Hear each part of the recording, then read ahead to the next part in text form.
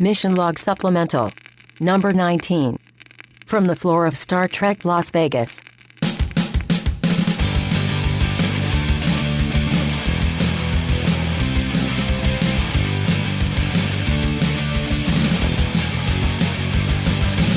Welcome into a supplemental edition of Mission Log, a Roddenberry Star Trek podcast. I'm Ken Ray. And I'm John Champion. For those who don't know, supplemental episodes are sort of special. Sometimes they're interviews, sometimes they're conversation with listeners, and sometimes they're both. I'm John Champion. We did that part already. Recently, John and I... I'm John Champion. Yeah. Recently, John and I... Oh, I get it. You're doing kind of a Groot thing. I'm John Champion. No, I agree. It's a great movie, but this is a Star Trek podcast, not a Guardians of the Galaxy podcast. I'm John Champion? Well, because it isn't. It can't be. It was set up as a Star Trek podcast. Maybe somebody out there will do one for both, but... Where was I? I'm John Champion. Right. Thanks. Recently, John and I got to go to Las Vegas for Creation's 2014 Star Trek Las Vegas convention. We did a panel, we went to sushi, and we talked to more people than we could count about Star Trek and Mission Log and Star Trek. Today you'll hear a few interviews with some of those people, with plans to bring you the panel audio very soon. I'm John Champion. Yeah, that's right, we did that too. And we talked to a bunch of people about the transporter. We want to sincerely thank our sponsor, Connected Data, makers of the transporter, for their support and just the incredibly generous giveaway of 2 of their devices to Mission Log listeners. Congratulations to Mark Hensley and Lisa Barunas. And I probably mispronounced that name. Lisa? Anyway, congratulations to both of you. I feel certain that someone has gotten in touch with you by now. If nobody has, then please get in touch with us, and we'll make sure that that happens. And, of course, if you would like more information about the transporter, you can visit them online, filetransporterstore.com. Was there anything else? I'm John Champion. Dude, we said we were not going to tell anybody about that. Sitting across from us now, Trevor Roth, Chief Operating Officer and Head of Development for Roddenberry Entertainment. Trevor, thank you very much for stopping by. Thank you. I hear we're here to talk about Star Trek. Is that right? Yeah. We thought we'd go different this time. Yeah? Well, because I have a lot to say about that particular, that series, that show. Yeah, that's the one with the Enterprise. Oh. With the spaceship? With the... Well, now, wait a minute. Wait. Because I have to jump in and say I love the part where Luke is, and there's a big sand pit, and he jumps and he does the flip, and the thing. And he grabs the lightsaber. So that good. is the best. So good. I don't know if you remember, but it's always... It's so embarrassing. You're thinking of Dune. Yeah, that's okay though. We'll try to play through. That is embarrassing. With Sting, Dune, what? Yeah. Ken, you always have Dune on the mind. I do. It wouldn't be Mission Log without a reference to Dune. That's true. Well, Sting really had the coolest hair in Dune, and the coolest Speedo. It was so. He was pretty kick-ass. What'd you call me? Codpiece face. What'd you call me? All right. So I have a question, and this is sort of an inside baseball question, but for people, this I guess would be maybe a 201 question. All right. Let's say. A lot of people know the name Roddenberry tied very closely to Star Trek. And yet, Roddenberry does not in fact own the name Star Trek or the rights to Star Trek. I'm curious, there is still obviously just a huge tie-in between the two organizations, between the two names. I mean, they will be synonymous forever, as they should be, and yet business-wise, they're not in lockstep behind the scenes, I suppose. What does that do for what Roddenberry Entertainment does, and then specifically what Roddenberry Entertainment does with things related to Star Trek? I think that, when it comes to Star Trek, Roddenberry and Roddenberry Entertainment will always be a part of that universe and a part of that business in some way, even if we are not the owners of that business. Mm-hmm. And that is to say that... as you said, Roddenberry and Star Trek are in many ways synonymous to one another. I tend to believe that if you were to ever create a television show that is somehow representative of a person, that Star Trek is it. It literally is Gene Roddenberry when you talk about the parts he was involved in, and anything past that sort of continued on the tradition that he started. And because of that, they're inextricably linked to each other. And we have great relationships with most of the people that deal with Star Trek. So, our relationships with CBS and with Paramount and with Bad Robot, are nice, strong relationships. Sometimes a bit more participatory than others, but it's not as if we are completely outside the universe. And of course, we're sitting here at the largest Star Trek convention of the year, and we come to this every year, and we have been here for 30 years, and we still deal heavily in Star Trek merchandising. So I think that it's an interesting thing because it is something that we have to navigate and we have to kind of figure out, and yet we're still able to do certain projects like Trek Nation, where we did a documentary about Gene and about Star Trek, and that all works into us continuing a tradition and a legacy that we are so proud of. I think at the same time, in some ways, the gift of not owning it would be the fact that it pushes us towards other things that are in spirit very Star Trekian, but not obviously in name. And it allows us to look at science fiction and say, look, this is a name that is so well preserved within one show, and now movie franchise, and one total universe, if you will, one phenomenon. What else can that name do within the category that phenomenon helped create within science fiction?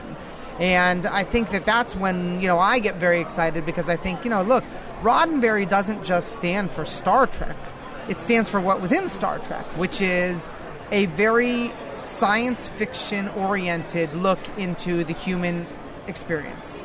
And from that standpoint, we realized very quickly, well, shoot, we can do that a lot more. We can make great things that are not Star Trek, and everyone who likes Star Trek will see the Roddenberry in them, the Star Trek in them.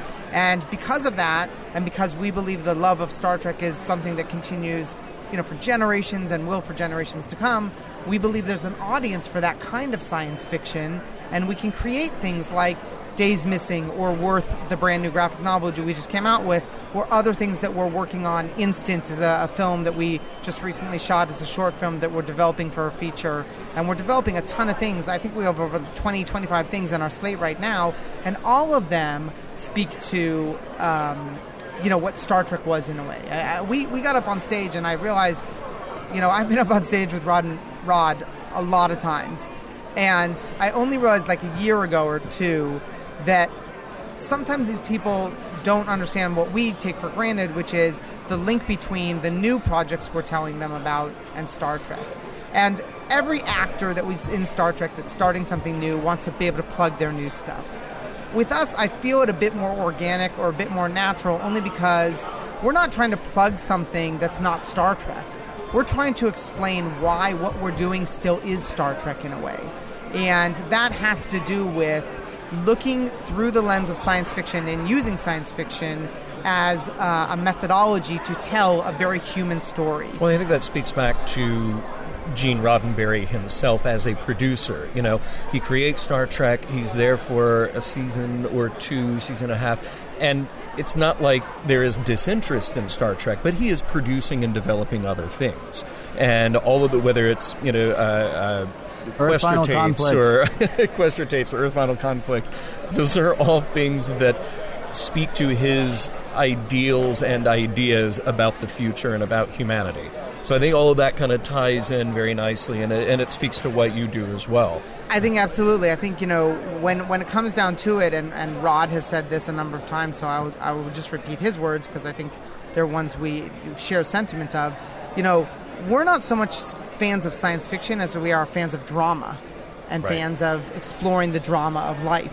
What science fiction is a way to do that. Mm-hmm. It's a way to sometimes use analogies or allegory It's sometimes a way to talk about, in Gene's case, a way to talk about something that was sort of untalkaboutable. Yeah. If that's a word. I just made up a word. I coined that, by the way. Really well done. Yeah, thank you. TM. Let me ask you a question about that, though. It used to be, and I mean, certainly Star Trek did this, and Star Trek the Animated Series did this as well. You used to be able to get away with doing so much stuff because it was science fiction, and people didn't take science fiction seriously. Flash forward, Flash forward 48 years as we record this, and I don't know that people don't take science fiction as seriously. Do you think science fiction is as safe a place to sort of get away with delivering sort of a covert message, or do you think science fiction has matured enough that you can't just tell people, question God, who cares? Yeah, it's a good question. I think that overall I would think our situation with science fiction has gotten better from that standpoint, but I don't know that you're wrong in pointing out what you are, because I'll say this. I think that science fiction has gotten to a point where people are taking it a lot more seriously. Mm-hmm. And the great thing about it is that it has expanded tremendously in our lifetime to beyond what Gene was allowed to do within science fiction. You know, science fiction used to be very specific to like time travel, exploration, and aliens, and those three things. But now what is science fiction, if you go to a Comic-Con or anything, is anything from, supernatural to superheroes to aliens to mysteries of the world to all of that kind of is combined now, and our playground got a lot more reputable and a lot larger. Now in that, the question is that you're asking is it harder now to utilize that because people are looking at it more seriously? And I would say no, it's not as hidden. In other words, if you're going to put something in there, I think that people are looking for it a lot more now, and they're able to see it. But I don't know if that's a bad thing, because, when you watch a movie like District 9, which was a fantastic movie, it's one of those movies that I always say, like, that's a Roddenberry movie, even though we had nothing to do with it, because it was about something like that. You look at that, and it's not something that some people maybe aren't going to get it and some people do. The message is clearer today because science fiction is looked at a little bit more seriously. But I don't think it hinders the ability for you still to utilize science fiction in that same way. Mm-hmm. Right. I want to return to the merchandising stuff, because there was something that I think we didn't hit upon. We're not making a John Champion doll. We're not. Come on. The John Champion bobblehead. You're ready to make, a bobblehead or an action figure with my buffness. There's a lot of activity over there at the Roddenberry. There was indeed. Keep it lively. So you've been friends with Rod for a long, long time, and you knew the Roddenberry family for a long, long time.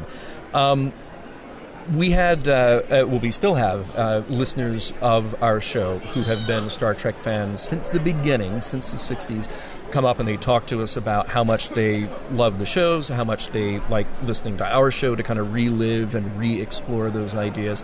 And they will show us, and I'm going to post some of these to our Twitter and Facebook, merchandise that they bought from Lincoln Enterprises in the 70s. Yeah. And they're like, I bought that from Majel. I bought that from Gene. I bought these cards and these certificates, and there's Gene's signature on that.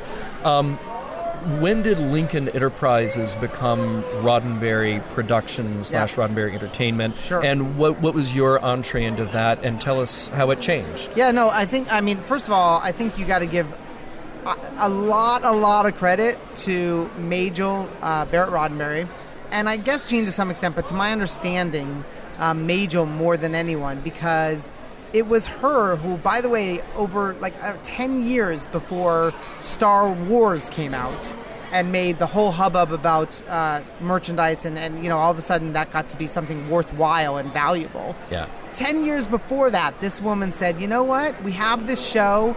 I think people want to buy stuff from the show, or that are memorabilia, or reminiscent of it in some way, and connected to it. And I thought, I always look at that and think, man, she thought of that almost before anyone that I know of then, because that's 10 years before Star Wars.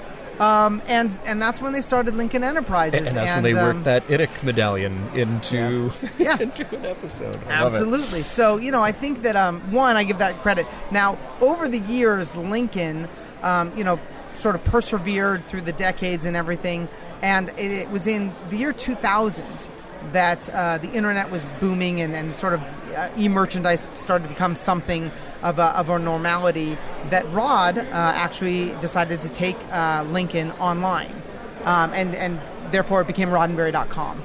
Roddenberry.com is obviously the URL that we utilize today for everything from our shop, which is specifically shop.roddenberry.com, I guess, as well as all of our entertainment stuff.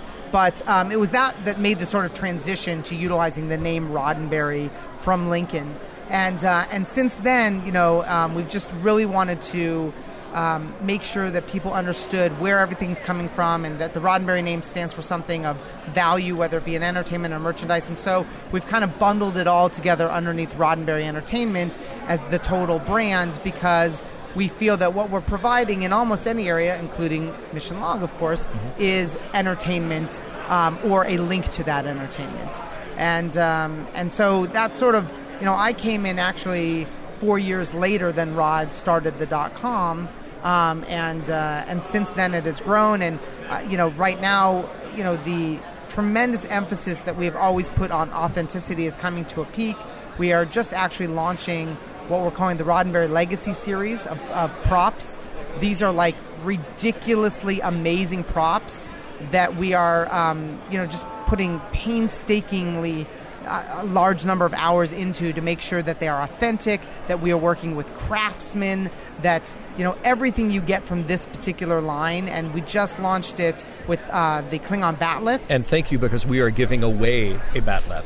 Yes, it is so totally worth going for, by the way, people. Yes. It's amazing. It is cool. And it's heavy, and it feels, like you could really kick some ass with it, although you shouldn't, No. because it is not a weapon, and there's a disclaimer in the box. It's a prop. But it's an amazing piece to own, and we're following it up with the Mark 9 tricorder, which is now on pre-sale at Roddenberry.com. Cool. And it just represents a tradition that was started so long ago by the family themselves, and something that we hold true to and care so much about, along with the entertainment. What do you think of when you remember Majel? Ooh, Majel is okay. So I'm going to go out on a limb. I don't know if I'm allowed to say this, Yes, but you're I'm allowed going to say it anyway. Rod said we could talk about anything we want. Majel, if you didn't know her personally, is what I would call a broad. Okay, like she was what you consider a broad. Like when you think of that word, that's Majel Roddenberry. Like, Majel was like, could be elegant and beautiful and all these kinds of things, but at the end of the day, Majel was like kind of hard. Like she was, a tough woman, and sassy, and she was a really fun lady, and yet a tough lady. Yeah. And I think that it's probably something that is why Gene was attracted to her in the first place, is because she could hold her own. So I had a tremendous amount of respect for Majel.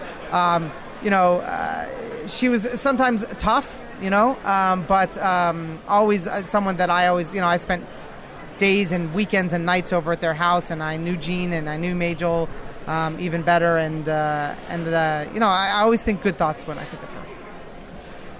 If you were a tree, how would you improve Star Trek V? If I was... Don't worry. Okay, my goodness. Thanks a lot for... Thank you. Absolutely. It was great to be on, and hope you guys are going well. We are. 3 years. Thank you. Yeah.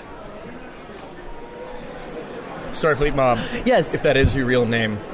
Of course it is. Yeah, of course it is. It's on my birth certificate. That's how people know you. Yes. That's what you go by, Starfleet Mom. Yeah, it's my persona online and in real life. You've been with Mission Log from the beginning. Yes. And before there was a Mission Log, you've been coming to the Vegas convention for how long? 2006 was my first convention. Right on. What's the deal? Why? Oh, well, the first one was sort of like a midlife crisis trip. My best friend and I came, and we went whole hog. We bought the gold weekend passes. Actually, by the end of the con, we were referring to it as the dairy convention because they milked us for every penny we had. We bought it all. We bought the Resistance to Bingo is Futile, and we went to the Deep Space Nine breakfast, and we had never been to a convention of any kind before. And with the gold passes, you get a dozen or so autographs included. We didn't know some of the people that we got, for one thing, and for the next thing, we didn't even know you had to give them something to sign. We sort of had a picture in our head, like, that scene in Galaxy Quest when Alan Rickman's just like, right, spitting out the 8x10 glossies, next. Yeah. We thought it would be like that, but we didn't have anything for them to sign, so we went to the gift shop at the Experience, and we bought postcards, and stuff like that. I want to know how you go from somebody who's never been to a convention before to somebody who says, like, I'm going to do this. I'm going to go whole hog. And now you're like a convention pro. You're here every day in a different costume. I don't think he meant that the way it sounded. No. But what made you think, okay, I'm a sci-fi fan, I'm a Star Trek fan, but now I'm going to commit, and I'm actually going to go to a 4-day thing with a bunch of other Star Trek fans. Think the reason why I keep coming back, especially to this convention, this is like, I can't miss this one. And I think the reason is just because it's like a huge family reunion every year. There's people that I only see in August in Las Vegas. And I love seeing them. I love to see what they're going to be dressed as or hanging out with them at the parties. It's not about sitting in there and listening to the panels anymore. I've heard most of the actors multiple times. Some of the things are interesting to me, but I just don't make it in there because I'm socializing, because I'm with my tribe. These people get me. Let me ask, there are probably people here who do multiple changes a day, but I don't know because I don't know them. But because I know you, you're like a Madonna concert or a Gaga concert or something. I mean, it's like, I see you in the morning, you're one thing. I see you in the afternoon, you're another. I see you before the floor closes in the evening, and you're another. And then there's a possibility you will be something else again at the bar. How many costume changes do you average? No, I just do one costume a day. You are wrong.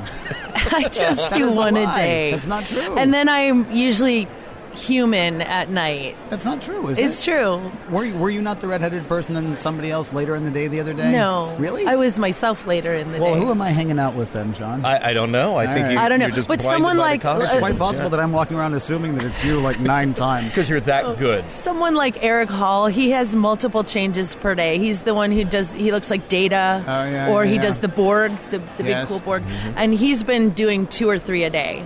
Okay. Yeah, but How do you choose who you cosplay, though? My Galaxy Quest costume goes to every convention with me, and that's my favorite because it's my all-time favorite movie and it's my favorite Star Trek movie.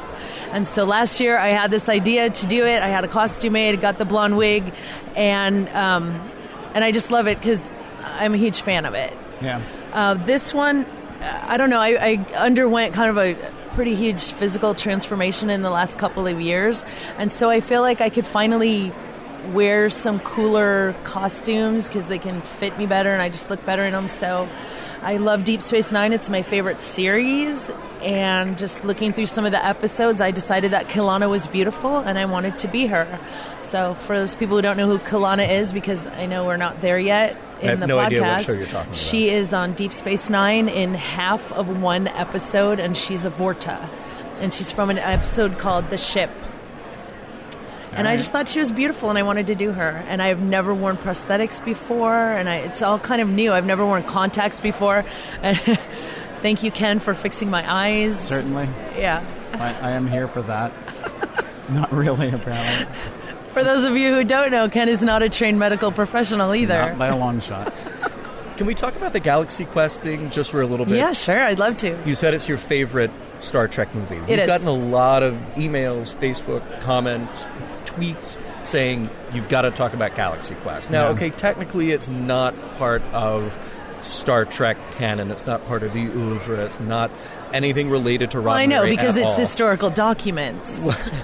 So, what makes Galaxy Quest the best Star Trek movie? It's the perfect movie. It's got a lot of, I don't want to say references to Star Trek. It's like an homage. It's an homage to Star Trek. People call it a parody, but I think it's more of an homage. Yeah. And it's got a brilliant cast, and I'm a huge fan of everyone in the cast, and it's just so well done. It's not campy. It's a bit tongue-in-cheek, but it's just the perfect movie to me. It's entertaining, it's funny, it doesn't take itself seriously, but it doesn't make fun of Star Trek. It's not like, it's to me it's an homage, and I just love it. It's if I may, it's one of the things that makes it a fantastic movie is it's not just an homage to Star Trek, it's an homage to Star Trek culture as well. I mean, you can look at like Spaceballs, and Spaceballs is a parody of every science fiction movie that was ever out there. and it's not necessarily insulting to fans, but it doesn't include fans either. It's like, if Right. you know the movies, then you're a fan of those movies, then you might think Spaceballs is funny. Galaxy Quest, I mean, the first time I came to this convention 3 years ago, I was like, I've kind of been here because of Galaxy Quest, and certainly those actors sort of get tired of it. I mean, there's a whole lot of redemption throughout that movie, but I mean, it's Galaxy Quest is not just a nod to Star Trek, but it's also a nod to the entire culture, I think. And I'll tell you what else is really cool about Galaxy Quest. I remember seeing it in the movie theater when it first came out. And at the time, I was like a big Tim Allen fan. I thought it would be cool to go see. My husband he knows nothing of American television, pop culture. He doesn't like sci-fi. He went with me to the movie theater. Our daughter at the time was probably around, 8 or 9 years old. And the three of us, I just remember the three of us sitting there in the movie theater, all of us laughing and loving it. Mm-hmm. And so I think it has a broad appeal that you don't have to be a Trekkie to watch the movie and like it. Right. You don't have to be a sci-fi fan. You don't have to even be an adult to get the humor. We all three enjoyed it. So I think that's pretty cool about it, too. What's your favorite Trek series? My favorite series is Deep Space Nine. My favorite captain is Kirk. Oh, I can't remember which season of DS9 was he on. I'm sorry? Which season of DS9 was he on? I can't remember. Trials and Tribulations. He's in that episode. He is in Oh, Deep that's Space right. Nine. All right. But I don't know what season that is. I Yeah, know. sorry, Ken. Yeah, terrible. Who's your favorite podcaster? Don't do it. Don't do it. Don't ask You're her. not going to make me say it in front of Make you her guys, choose right are now. you? Who's your favorite podcast? Total. What is your favorite Mission podcast? Log. Okay, I easy love enough. it. So there is a guy that we have had the pleasure, absolute pleasure, I would say, to meet me anyway, over the past couple of years, the past 2 times I've been here. Jeff Gaunt. You do just some insane costume stuff. I mean, like, insane. And don't get me wrong, there are people who have bought, like, fantastic Admiral uniforms, you know. There are people who paint themselves green, and God bless them for doing that. But the level of work that you put into your costumes is nuts, in a good way. Talk to me, first of all, about why, and then, like, how long do you actually work on this stuff? Oh, first of all, I'm flattered that you say that, and I'm honored to be on the show because I love the mission log. And I studied fine art, and I was an artist in New York. I was a painter. I wasn't a sculptor. And I was making just 2D work. And I actually showed with a gallery, semi-respectable, I guess respectable gallery. And I had a semi-respectable career for a few years. And then I think around the time I turned 40, I just needed to get out. And it wasn't satisfying me anymore. And so I came to LA. And once I got to LA, I was able to suddenly be creative in a way that I hadn't been since I was a kid, but to really embrace all of everything that I had not had time to deal with when I was in New York. And so all of my nerdy passions that I still followed, I was still a massive Trekkie and so on, but I wasn't going to conventions since I was, like, say, my early 20s. And all of a sudden I'm in my early 40s and I'm living in LA, and there's so much more genre stuff that happens in LA than in New York. It's so much more accessible. And all of a sudden, cutting out the art world part of my life where I didn't have to focus on that, I was just entirely able to focus on what I wanted to do. 4 years ago, cut the story short, 4 years ago I came to Star Trek Vegas for my birthday because I just wanted to do something crazy and I thought it would be fun. And my girlfriend at the time and we were like, if we're going to do this, we're going to make costumes. So we made costumes. I was a Vulcan executioner, and it was amazing. It was one of the greatest moments of my life. I didn't make it into the finals of the costume contest. Only half of my costume did I make. But after that experience, I decided to teach myself to sew. I bought a cheapo sewing machine off Craigslist. I just taught myself rudimentary things about how to sew, and I was doing job at the time doing display work for a company doing windows and things, so I was thinking more in 3D terms, and it just came really naturally to suddenly start channeling all my creativity into making objects and things related to costuming. And let's get real here, because you won Ken's admiration with your costume of Dr. Roger Corby. Yeah. I mean, that's really where we went, wow, this guy knows I mean, what he's honestly, doing. all of his costumes, though, really do kind of speak to me. I mean, yes, Dr. Roger Corby is absolutely fantastic, but people can't see what you're doing right now, so I'm going to try to paint a picture. If you remember the Corbomite maneuver, and how this guy is just like aiming for my heart every time, because that is my favorite episode of the original series. It's mine, too. So if you remember, Baylock ends up being little Clint Howard, not the big scary thing, right? And so the costume, what I'm sitting in front of right now is this full-grown man, except he's all in black, and he's got sort of like about the size of a ventriloquist dummy, little Baylock body with a little bit of a marionette thing going on so that he can control the glass of Tranya. Tiny baby hands holding Tiny a glass baby of Tranya. hands holding Yes. a glass of alcohol like they do. And it's a stunning level of work. I mean, the commitment and just the fun with the whole thing is kind of incredible. So this year, there's a sort of a new part to it. Yes. We've got the big Baylock puppet as well, the big scary thing that they saw on the screen. How long did that take? And let me follow that up with wow. Well, thank That you. thing looks awesome. I'd never carved anything like that before, frankly. And so at my job that I do now, we have a lot of scraps, and foam and things like this. So we have blue foam. I glued blue foam together into a cube, drew out Baylock on it, and just started cutting with away. an Olfa blade until it started resembling it, and then just kept going until it was close, and then sanded it down. And it was probably about 50 hours, I would say, on the one piece. That really is the rule of sculpture. Start with a block and carve away everything that doesn't look like Baylock's monster. Exactly. That's actually how the Inuit carved the first Baylock puppet. Oh, yeah. Good. I think good. Yes, all sculpture would be better if it looked like Baylock. All right, Jeff, we know you have to hit the costume contest. You look amazing, and thank you for all your support of Mission Log. Really of course. appreciate Thank it, you man. so much. I love what you guys do. And good luck. Thank you. Take care. It should be mentioned, Jeff went on to win this year's costume competition. Way to go, Baylock. So we're joined by Andy, who is a Mission Log listener and enough of a Star Trek fan to be here in Vegas 2014 for the big Star Trek Creation Entertainment Convention. Welcome to the show, Andy. Thank you. Thanks for having me. You stopped by the table a couple of times, and we've had a great chat about Star Trek, about Mission Log, about just all kinds of stuff. You started listening to us, you said, about the 6th episode in. Yeah, you were about 5 or 6 episodes in. I went back and started with The Cage. I started with episode 1, but I found you when you were about 6 episodes in. So obviously you were a fan of Star Trek before that. Why revisit? Why come back to Star Trek 3 podcast and keep, stay with it?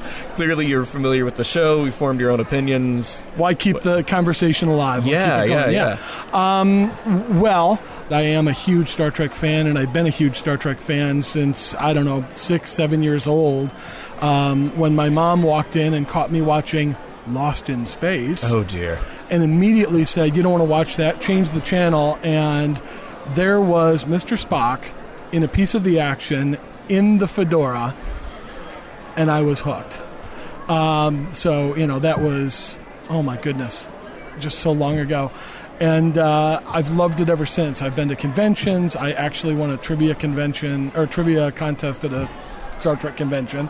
Tells you how geeky I am.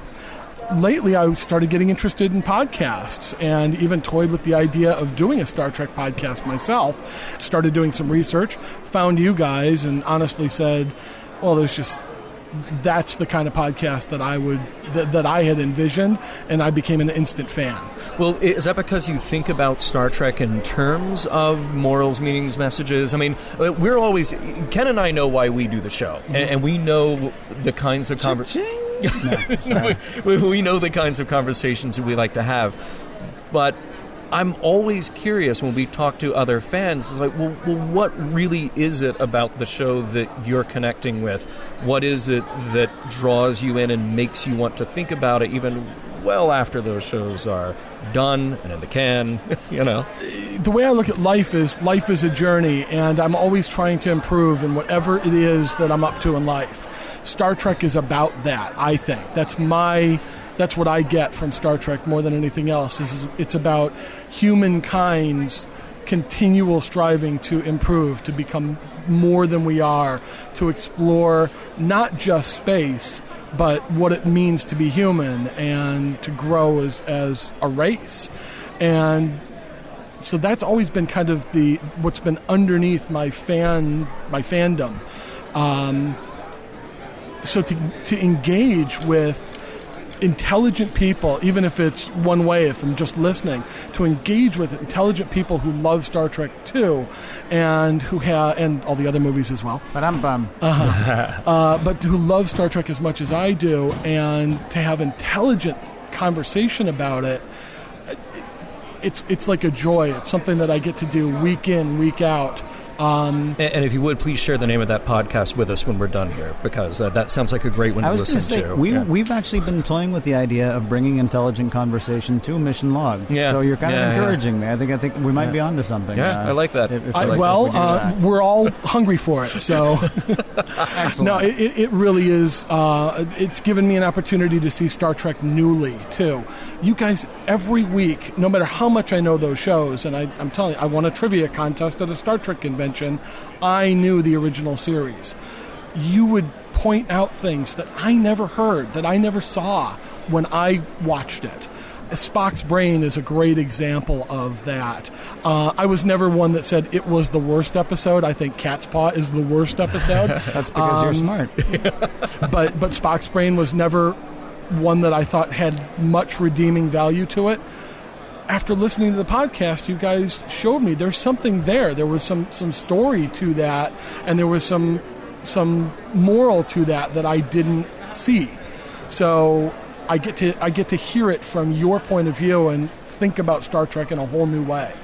I read an article not long ago on Crack.com talking about fandoms that kind of hurt themselves. And in particular, they're talking about comic book fans and being exclusionary toward new fans, exclusionary toward others. And something about it resonated for me with Star Trek fans, because the premise was this. It said, every single person who reads that comic book and identifies with that superhero, that character, they're doing it because they found that at a certain point in their lives. Mm-hmm. It reminds them of something. It has some emotional resonance with them. And it's very hard to understand that other people have totally different histories, totally different stories coming to that character or coming to that emotional bond that they have with that piece of pop culture. And therefore, fans will tend to eat other fans alive, you know. But unless you agree with my version of that. Exactly. Yeah. And it made me think about Star Trek. It made me think about what we do on Mission Log, because we hear from people who say, you know, you're totally wrong in your perception of this. Or better, you know, the better conversation to have is what you're saying, which is you had this idea that is totally different from the idea that I had. But now I see both of those ideas together. Now I can just sort of expand my understanding of that, rather than limit my understanding of this particular message, moral, or meaning that we might pick up. Yeah, there's so much in what you just said there. I think about the differences between the two of you as I listen. You two don't agree on everything. No. And that makes it more interesting, not less. I mean, if the two of you were just parroting each other and agreeing with each other, I've got politics if I want to hear, you know, agreement amongst groups. Right. Part of the fun is hearing one of you say something and then having another one of you disagree with it, and then coming to my own conclusion of, do I agree with one of you or the other, or do I have a third thought that's something totally different? Yeah. And then also the other thing I thought of when you mentioned that was, how many different Star Treks are there? The original series, the animated series, which is in a way an extension, Next Generation, Deep Space Nine, Voyager, Enterprise, the movies, the new movies. There's so many versions of Star Trek. My daughter's Star Trek is not my Star Trek. My Star Trek was the original series. It will always be my favorite. Captain Kirk was my boyhood hero. And William Shatner was the first actor I think I ever became an actual fan of. But Next Generation, while it was different in terms of look, feel, even the morality of it, the timing of it, wasn't necessarily the Star Trek I grew up with, but it's still a part of this massive universe, and it all fits, and they honor each other. There's an honoring. The trouble with I know we don't want to go through timeline, jump timelines, but the trouble with Tribble's crossover episode that's coming up in, I don't know, 7 or 8 years. Yeah, long time, when you finally get to it, you'll have forgotten about this by then. That's so honoring of the original series, and so it all meshes together. So I look at it like it's one big giant universe, with the exception of Star Trek V. Let's talk about Star Trek V for just a moment. Okay. And we'll wrap it up with that. When we did the show, we kind of approached it, I think, at least I did, like Spock's Brain. Here is the much maligned movie for so many reasons, valid reasons. And then when we did the podcast, because we don't share notes ahead of time, we're sort of looking at everything fresh and just trying to have a spontaneous conversation, suddenly there was a lot to talk about. What's your take on that movie? What you said you don't really count it, but I would argue that it is a part of Star Trek. Sure, and it's a part of canon. Yeah, and I would argue that it bookends a lot of the morals, meanings, messages that we've explored up until that point. It does, and it gets into a little bit more of Spock's history with the brother. Regardless of whether I liked it or didn't like the movie, and I didn't care for it. Right. It was just hard for me to get through. Yeah. It is a part of Star Trek lore. The campfire scene is a part of Captain Kirk's life, and I accept that. Listen, there were a ton of episodes. Actually, by listening to Mission Log, there were a bunch of episodes that there were way more episodes that I thought weren't as good as I remembered them. After revisiting them through your eyes and ears, but it just because Cat's Paw or Star Trek V or Spock's Brain wasn't something that I enjoyed as much as some of the other episodes or movies, doesn't mean it's not a part of the lore, part of the whole story. What do you think it is? I mean, here we are at this convention with thousands of people, and that happens every year. And I've said on our show before, and I'm sure we'll say it again, we look at the stats, and a little better than half those episodes hold up. A little better than half of them are good, in our opinions. Yeah. Mm-hmm. Why does a show that is doing that then generate this? Here's what I think it is. Human beings, fundamentally, all of us, we want to improve. We want to be more than we are. Star Trek's core message is that you can become more than you are, and there's more out there to explore. The more you grow, the more you'll discover there is to grow. That's the fundamental message, and we're hungry for that. With all the other stuff that's going on, especially now on television and movies, and there's more zombie apocalypses out there than we know what to do with. Yeah. Messages of how do we strive for that ideal of what humankind is possible. It's possible for us to find. We're hungry for that. Star Trek was that, and it was that from the very beginning. And the people that grabbed onto it wouldn't let it go. Do you think it's lazy writing?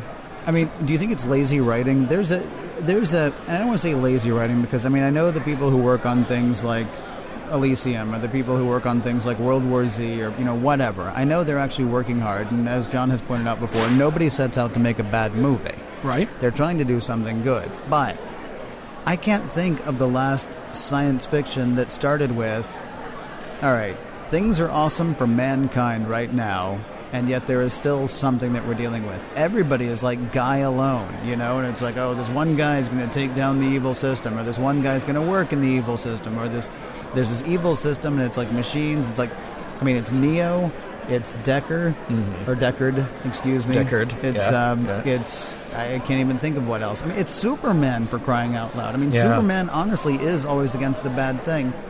Is Star Trek the last time that we had science fiction that said, hey, look, stuff's going to be awesome, and yet there are still stories to tell? Or is it just easier to do the thing of like, we'll give a guy a laser and he'll go out and shoot everybody who doesn't agree with him? It may be. I think we're about to launch into another hour-long podcast here because you may be talking about something that is the core of how humans tell stories to each other. I mean... That's not fair, though, because that is something that Roddenberry did. Yeah, and he's unique for it. We are here 50 years later because of him saying, once upon a time, everything is amazing. And there are still stories to tell. Nobody starts with everything's awesome unless the next line is until. Mm-hmm. I mean, his thing was, okay, so everything's awesome, and here are these adventures. And everything's still awesome, and here are still these adventures, right? It's really not until the movies that the whole universe is going to end. And Kirk's joking about it at the end of Star Trek 6. Well, once again, we've saved the galaxy. Yeah. And that really they didn't save the galaxy much, I don't believe, in the original series. The galaxy was not in peril that much in the original series. Except for the immunity Balance syndrome. of Terror. Yeah. Okay, and the immunity syndrome. But he was saving planets left and right. Well, sure, but overall, things were great. We don't have science fiction today. I mean, and there probably are novels, and there are probably a lot of things I don't know about, but as far as mass consumption, as far as television movies, we don't have science fiction that starts with the premise that everything's going to be awesome. You know what I mean? You're right. I think that's part of why Star Trek has survived as long as it has, is because there isn't that kind of story out there, and we want that kind of story. We want to believe that where we're going to be 300, 400 years from now into the future, things are going to be better. We will be closer to that ideal that we're trying to get to. And because there isn't much else out there, and there's so many people that want that, well, it keeps the thing that does work, Star Trek, it keeps it alive.